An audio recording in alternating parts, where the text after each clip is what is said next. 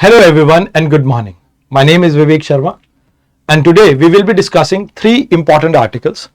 The first article is related to polity, where we will be discussing about Andhra Pradesh Cabinet's approval to sub-categorization of scheduled caste. Second article is related to an exoplanet, that is K2-18b. Third article में Saudi की location के बारे में हम जानेंगे. आइए शुरुआत करते हैं पहले आर्टिकल की एंड थोड़ा सा हम हिस्टोरिकल कंटेक्स्ट के बारे में बात करते हैं.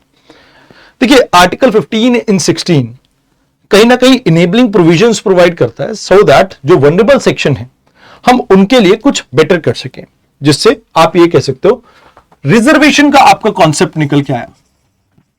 अब रिजर्वेशन के कॉन्सेप्ट में सबसे बड़ी बात ये आती है, लेट्स से 15% यहां पर रिजर्वेशन दी गई है शेड्यूल कास्ट एससी कम्युनिटीज को, एंड इसमें कुछ एक पर्टिकुलर आपकी कास्ट होती हैं जो इसका मैक्सिमम बेनिफिट ले रही होती हैं.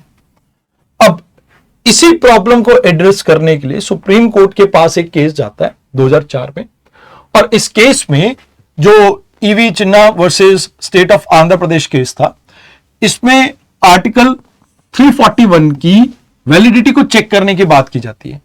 एंड यहां पर यह कहा जाता है कि भाई देखो, सब कैटेगराइजेशन शेड्यूल कास्ट का पॉसिबल नहीं है. तो इसमें उन्होंने रेशनल दिया कि भाई देखो, सेम राइट सभी कम्युनिटी या कास्ट को मिले हुए हैं. अब एक जैसे शेड्यूल कास्ट एक ब्रॉड आपकी कम्युनिटी है, तो इन सबको एक ही राइट दिए गए हैं और इसकी सब कैटेगराइजेशन एज पर कॉन्स्टिट्यूशन नहीं पॉसिबल. देन अगेन 2020 के अंदर ये मैटर पहुंचता है state of Punjab versus Devinder Singh case में, जहां पर पंजाब के अंदर इस चीज को ओवर रूल कर दिया जाता है कि नहीं, सब कैटेगराइजेशन देनी जरूरी है ताकि हम इक्विटेबल राइट्स को प्रमोट कर सकें.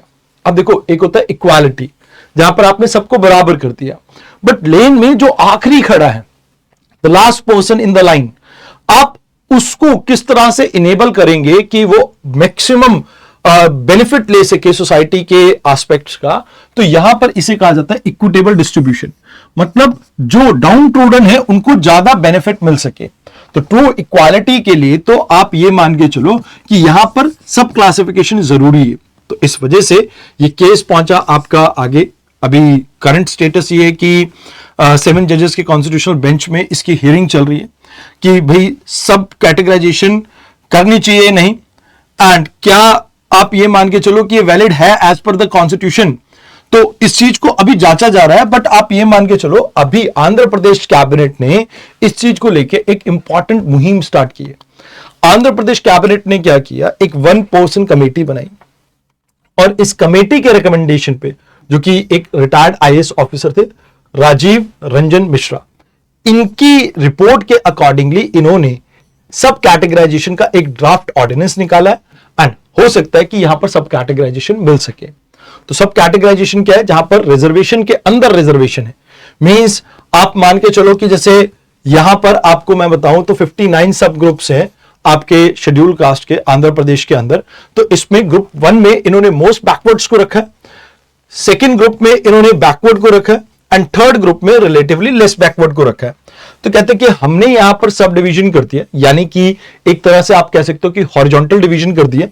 अब इसमें मोस्ट बैकवर्ड को 1%, देन जो बैकवर्ड है इनको 6.5, एंड जो लेस बैकवर्ड है 7.5% रिजर्वेशन इनको मिलेगा. तो मतलब आप ये मान के चलो कि जो कोटा का जो प्रोपोजिशन है, इन्होंने उसको ही यहां पर इंटरनली कुछ चेंज करने की कोशिश की है.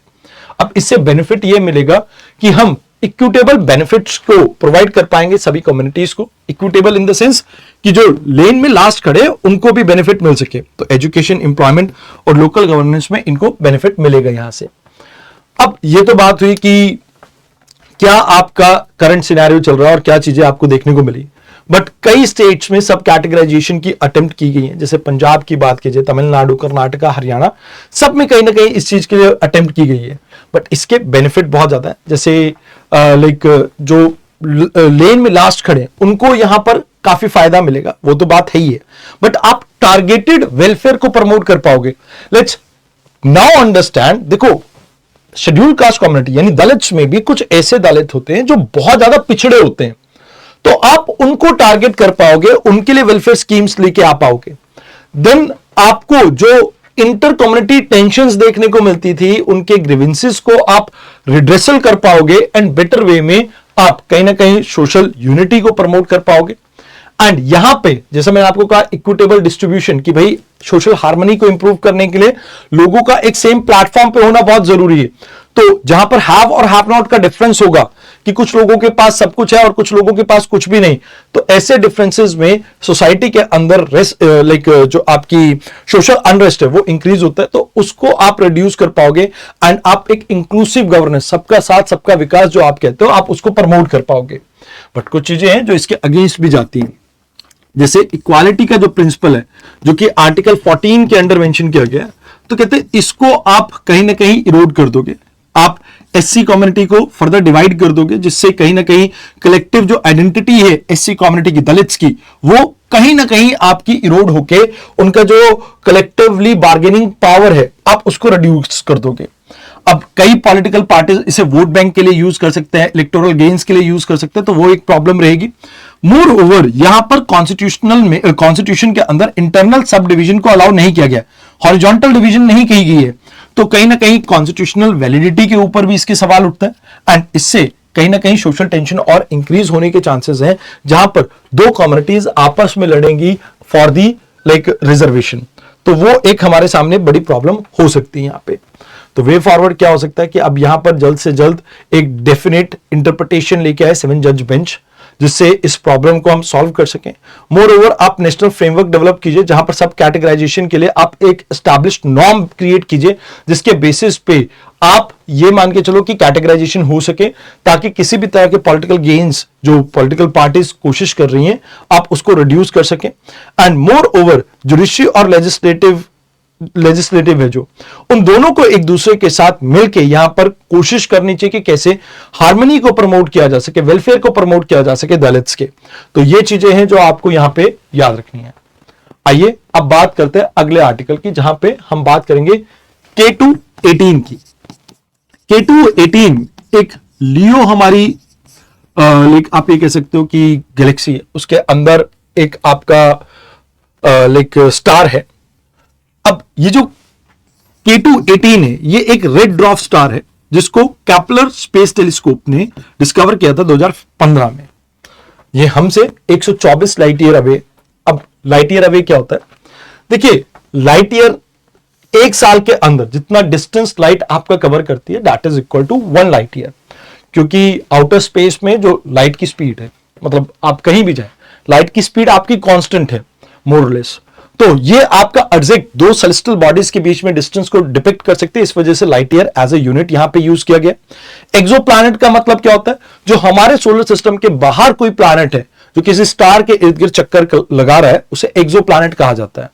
अगर वो अपने प्लैनेट के हैबिटेबल जोन में आता है, जहां पर वो ना तो बहुत ज्यादा करीब है अपने स्टार के और ना ही बहुत ज्यादा दूर है अपने स्टार के, तो ऐसे केसेस में उसे हम गोल्डीलॉक्स जोन या हैबिटेबल जोन भी कह देते हैं। तो अभी यह माना जा रहा है कि K2-18b शायद हो सकता है कि यहां पर लाइफ पॉसिबल हो। अभी जेम्स वेब टेलीस्कोप की कुछ डाटा की वजह से ऐसा कहा जा रहा है। अगर अर्थ से कंपेयर करें तो ऑलमोस्ट 9 टाइम बिगर साइज है अर्थ से, एंड इनका जो एटमॉस्फेयर है उसमें हाइड्रोजन बहुत ज्यादा कंसंट्रेशन में आपको देखने को मिल रहा है।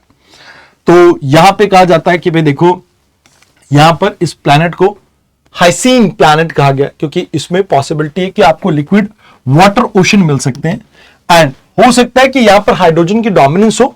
हाँ, एक बात यह भी है कि स्ट्रेटोस्फीयर के अंदर आपको कार्बन डाइऑक्साइड और साइनाइड्स मिल रहे हैं, तो हो सकता है कि थोड़ा लाइफ की पॉसिबिलिटी कम भी हो।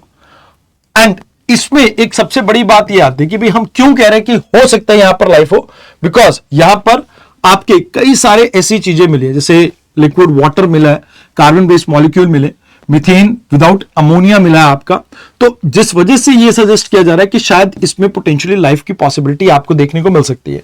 बट क्योंकि अभी हमारे पास एटमॉस्फेयर का एक क्लियर डाटा नहीं है, एंड कहीं ना कहीं नॉन बायोलॉजिकल सोर्स यानी बायोसिग्नेचर गैसेस जो होती हैं वो पूरी तरह से हमें पता नहीं है, तो इस वजह से हम बहुत ज्यादा कुछ कह नहीं सकते हैं अभी इसके बारे में। तो ये चीजें हैं। देन इसमें एक हमारे को इंपॉर्टेंट चीज मिली है, that is dimethyl sulphide. Dimethyl sulphide basically आपका एक बायोमार्कर है, जिससे आप कह सकते हो कि शुरुआत होती है लाइफ की। तो फाइटोप्लैंक्टॉन्स एंड सॉइल बैक्टीरिया कहीं ना कहीं मोस्टली इसको प्रोड्यूस करते हैं। तो हो सकता है कि शायद इस प्लैनेट के ऊपर कोई ना कोई बायोलॉजिकल एक्टिविटी चल रही हो, जिसकी वजह से हम इसको ये कह रहे हैं कि शायद इस प्लैनेट के ऊपर लाइफ पॉसिबल है आपकी। Now if we talk about NASA का जेम्स वेब टेलीस्कोप, जिसको नासा ने यूरोपियन स्पेस एजेंसी और कैनेडियन स्पेस एजेंसी के साथ मिलकर 2021 में लॉन्च किया था। ये लैग्रेंज पॉइंट 2 पे लोकेटेड है। लैग्रेंज पॉइंट क्या होते हैं? दो सेलेस्टियल बॉडीज के बीच में 5 ऐसे पॉइंट जहां पे इन दोनों के बीच की ग्रेविटी ऑलमोस्ट 0 होती है। जैसे ये लैग्रेंज पॉइंट 1 है, जैसे सन और हमारे बीच में, ये लैग्रेंज पॉइंट 3 है और ये लैग्रेंज पॉइंट 2 है। तो यहां Lagrange point 2 behind the earth हमने इसको प्लेस कर रखा है, सो दैट हम अच्छे से इस एरिया जो पीछे आपका यूनिवर्स है उसको देख सके। तो स्टार और गैलेक्सीज की फॉर्मेशन, एटमॉस्फेयर जो एक्सोप्लैनेट का, उसकी बारे में इन्वेस्टिगेशन, प्लैनेटरी सिस्टम के ओरिजिन को समझना एंड किस तरह से गैलेक्सी इवॉल्व कर रही है, इन सब के बारे में आप ये मान के चलो ये स्टडी करता है। And one of the most important scientific endeavour है स्पेस के अंदर ह्यूमंस का। अब बात करते हैं Modi 2 day visits begin Tuesday. Defence, energy and trade ties are on the map. अब देखो, इंडिया हमेशा से, मतलब पिछले कुछ सालों से, जब से G20 की समिट हुई है हमारे यहां पे, तब से प्रमोट करना चाहता है एक India middle east Europe economic corridor को। जैसे इंडिया से आप मान के चलो कि यहां से आपका एक रूट जाएगा जो ट्रेड के लिए अभी फिलहाल हम यूज कर रहे हैं। अब यहां पर इंस्टेड ऑफ दिस हम यहां से एक ऑल्टरनेट रूट डेवलप करना चाहते हैं ताकि हम यूरोप से कनेक्ट कर सके। तो अगर बात की जाए यहां पर सऊदी की, तो सऊदी ट्रॉपिक ऑफ कैंसर के ऊपर लोकेटेड है। अब यहां पे आपको क्या देखने को मिलता है? ये यमन है, यहां पर आपको ओमान देखने को मिल जाता है, यूएई देखने को मिलता है, कतर, बहरीन आपको देखने को मिलता है, यहां पर कुवैत आ जाता है, इराक आ जाता है, देन ये सीरिया वाला पार्ट आ गया। तो ये आपका जो बॉर्डर है बहुत सारी कंट्रीज से शेयर करता है, जैसे जॉर्डन, इराक और कुवैत ऊपर नॉर्थ की तरफ, ये यहां पे। देन यहां पर नॉट सीरिया, जॉर्डन था वो। Then Persian Gulf, Qatar and United Arab Emirate, ये आपका किस साइड आ गया? ईस्ट की तरफ। तो ईस्ट की तरफ यहां पर यूएई बता रखा है, वैसे बहरीन और आपका लाइक कतर भी आता है, तो वो भी आप यहां पे याद रख सकते हो। ये देन आपका gulf of like Persian gulf आ गया। देन फिर नीचे की तरफ आ जाएं तो साउथ की तरफ आपको कंट्रीज देखने को मिलती है, ओमान एंड यमन। तो ये ओमान आ गया और ये यमन आ गया। एंड एक साइड ये आपका वेस्ट की तरफ आ गया रेड सी। तो ये आपको इसके बारे में याद रखना है, इसकी कैपिटल सिटी है रियाद। तो अभी अपने प्राइम मिनिस्टर इसके विजिट पे गए हुए हैं, तो दीज आर द थिंग्स जो आपको इसमें याद रखनी है। तो आज के लिए इतना ही था। आई होप आपको ये आर्टिकल समझ में आओ। तो धन्यवाद, मिलते हैं कल एक नई डिस्कशन के साथ। धन्यवाद।